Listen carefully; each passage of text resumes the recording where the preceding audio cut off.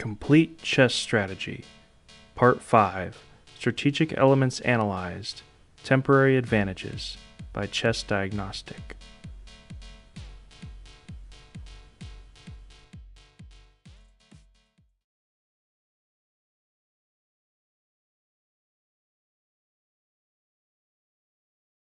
Hello, and welcome to Part 5 of the Temporary Advantages. We are going to be analyzing the rest of the Temporary Advantages 12 to 16. So there's just a few more left to go through all the strategic elements, and we're going to combine from this position 12 and 13. Now number 12 is bad piece position, and number 13 is inharmoniously placed pieces. So if we look here, we can see that that both the queen and the knight, as well as the bishop, don't really have too much activity. The queen is inharmoniously placed with all the rest of white's pieces here, and the knight and the bishop just have bad piece positions, as well as the queen. So if we analyze the reason why, we could say that the reason a piece would be out of play is because the squares that the pieces pieces controls are either reduced or are not on the correct part of the board where they are needed. So we can ask, how does a bad piece position arise?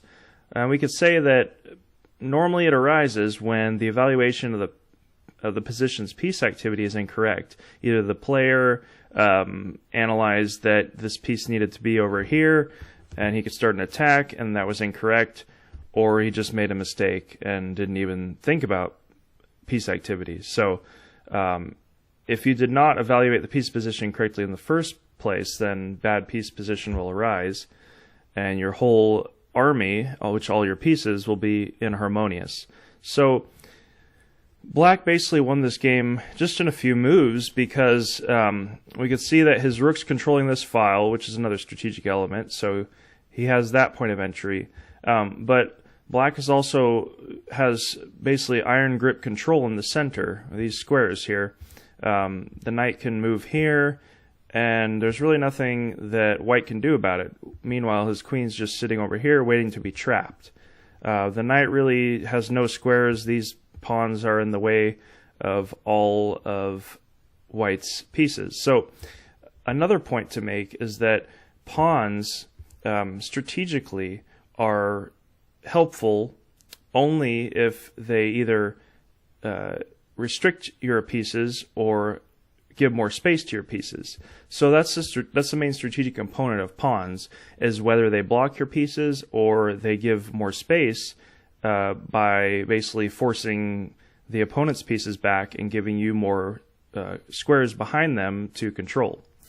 So, alright, let's look at the game here. So black makes the correct decision to start opening up the position, because when he's ahead in activity, he wants to start a direct attack. And now black is trying to force open lines so he can get more activity for his pieces, but at this point it's too late. So now white can't really take this here, because that would just lead to him losing. It's a total attack at that point. So the rook is forced to move over to a completely inactive square, causing more disharmony for all his pieces. And now at this point, white just resigns, because there's really nothing that white can do at this point to win. If he moves back, then black will just simply trap his queen. So as you can see, because of the queen's bad piece position, this knight's sitting here. Now if we see if the knight was here, then the queen could have moved back. But again, that's what inharmoniously placed pieces are. So I hope that was helpful to define bad piece position, inharmoniously placed pieces. And we'll analyze number 14 in the next segment. Alright, see you there. Strategic element 14 is advantage in development, and so this is a simple 8-move game that I've chosen, just because it very clearly illustrates advantage in development. But basically, an important point to make is that advantage in development arises only when your opponent has made a mistake, with his own development. And by moving the same piece or moving lots of pawns more than once in the opening, he's basically made time-wasting moves with the same piece or moved multiple pawns, and that allows you to gain greater piece activity, because if you move only one piece at a time and you develop multiple pieces, then your advantage in activity will be so great that you'll just simply be able to checkmate the opponent or win tons of material right away. So this game starts with d4. It's basically a Dutch, and as you can see, White's developed his bishop already. Black makes a mistake by, well, technically you could say this is following the rule of neutralizing the opponent's pieces, but you know, this is a weakening move, and it doesn't follow the primary goal of the opponent should be developing his own pieces and not just trying to chase back White's, because there's really no attack at this point. So White moves the bishop back. Black makes another mistake by advancing this pawn. As you can see, he's neglected every single piece on the first rank, or the 8th rank for Black. And so now he's trapped this bishop. Okay, he's won some material, but at this point, White simply ignores that, and now he could have taken this here, but as you can see, if he took this, White was threatening mate, just mate in one already. So White further develops. He develops another bishop, and now Black is threatening to simply win this piece, but it doesn't matter because now Black could develop, but now there's mate here. So as you can see, when you're advancing pawns, he's creating weaknesses in addition to not developing his pieces. So not only is he not developing pieces and increasing his own activity, he's weakening his position and allowing White to use his advantage in activity to win material and capitalize on Black's weaknesses. Alright, so that's not the line. Basically, at this point, the rook moves forward, and now White can simply sacrifice his queen and just give checkmate with the bishop. Game over. As you can see, he only developed the rook, and all these pieces are sitting here unused, and the game's over. So I hope that clearly illustrates advantage in development. If you have any questions, let me know. Number 15, strategic element number 15 is concentration of pieces in the center, or centralization. Now this is a game played by Aronian versus Shaparinov. Aronian's black, and he follows beautifully the idea of centralization by first getting all his pieces in the center and then obtaining 2 pawns in the center, and he simply pushes them down the center of the board and wins the game. Now, he makes it look so simple. Of course, you know, when you're playing, it's not so simple, but it could be if you understand all the strategic elements. When you know the overall goal, you don't need to simply memorize all the separate elements. You'll just notice them when you're trying to achieve your overall goal, which is gaining greater piece activity. Alright, so we're not going to analyze every single move in depth, but just the main points here. So we can see that Black begins by gaining greater centralization by reducing White's activity of his queen, and so White's forced to move back. Now Black starts playing on the side because when the center is blocked off, when there's nothing to do in the center, then you can start a wing attack. Alright, so at this point he's rerouting this knight to occupy this square, as well as he could bring it back here. And so, as you can see with this move, White really has nothing to do. He's just randomly attacking, trying to provoke some weaknesses maybe of this square. But when you own all the space, or when you own the center, it gives you also a space advantage. So you're able to pretty much do what you want. And we'll see that in strategic element 16 as well. Alright, so he's increasing the activity of this knight. Of course, White wants to control this square. And so he's provoking weaknesses on the side so that he can undermine this knight and gain this pawn, which is a brilliant idea. So at this point,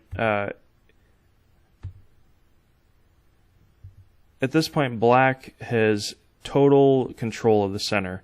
Even though white has the two bishops, this one's completely blocked by his pawns, and he'll be forced to trade. At this point, you can see that white has one passed pawn, but two pawns in the center backed by the rooks and the queen, and it's just a deadly advantage at this point, in addition to these weak pawn islands. So you can see multiple strategic advantages at this point.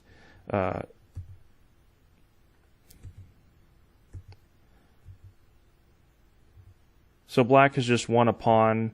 Now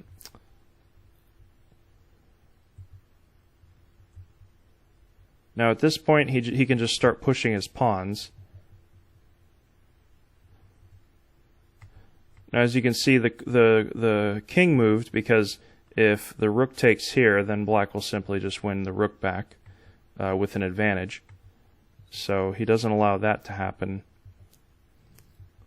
And so black trades off all the pieces, all the heavy pieces, which allows him to simply push this passed pawn forward. So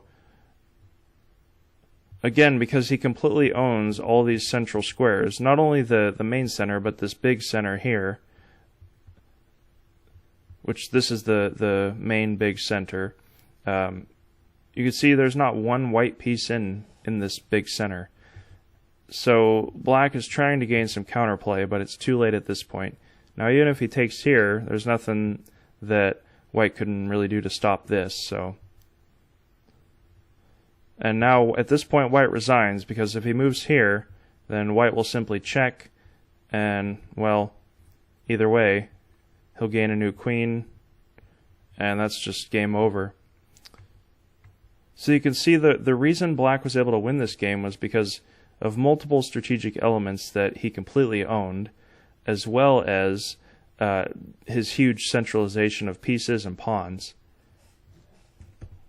Alright, so I hope that was clear in this example. Let me know what you think. Thank you very much. Alright, welcome to the last strategic element, number 16, space advantage. And this is a game played by Siegbert Tarasch. I'm not sure if I'm saying that right. Alright, so we can see here that a space advantage primarily happens when you are able to push all your pawns forward and it's well supported by all your pieces. So we can see here these rooks as well as the knight give white a huge space advantage, and black is pretty much forced to just shuffle his rooks and his bishop back and forth. There's really nothing that black can do. He has no active plan, and so a space advantage gives white a lasting advantage, because there's really nothing that black can do to oppose white in his plan of simply moving his pieces and pawns forward and either turning this temporary or qualitative advantage into either a material win or a checkmate, which is exactly what happens here. So as you can see, based on this understanding, that white simply is just moving his pawns forward. Black is trying to close off the position so that white can't keep doing that, but white simply maintains the tension. He doesn't want to just trade, or he doesn't want to just push forward and block himself off. He wants to gradually increase the pressure until black implodes. As you can see, for example, this move here with the bishop, there's really no active plan behind it. So now white's simply planning to take over this file. As you can see, he can take over pretty much any file, any square he wants to, because of his space advantage. Alright, so based on this tactic, if black takes here, then there's just simply a checkmate. And that's because of this pawn controlling these squares here. Of course, that's not what black plays. He moves the king over. Again, the space advantage allows white to just increase his activity effortlessly and move he has his knight on the 7th rank, not even the 6th, These two rooks completely control this point of entry, this file, another strategic element. These squares are completely cutting off black to move anywhere and giving him points for his knight to penetrate, and also making mating attack threats. Now, black would love to trade pieces, and he could, but if he takes here, then white will just simply take with the pawn, giving him this huge pawn chain, and he'll just advance it and promote a pawn. So black doesn't go for that, but at this point he's lost, because he resigns at this point because he just lost a rook, and there's nothing that black can do at this point. It's over. And this all stemmed from white simply having a huge space advantage.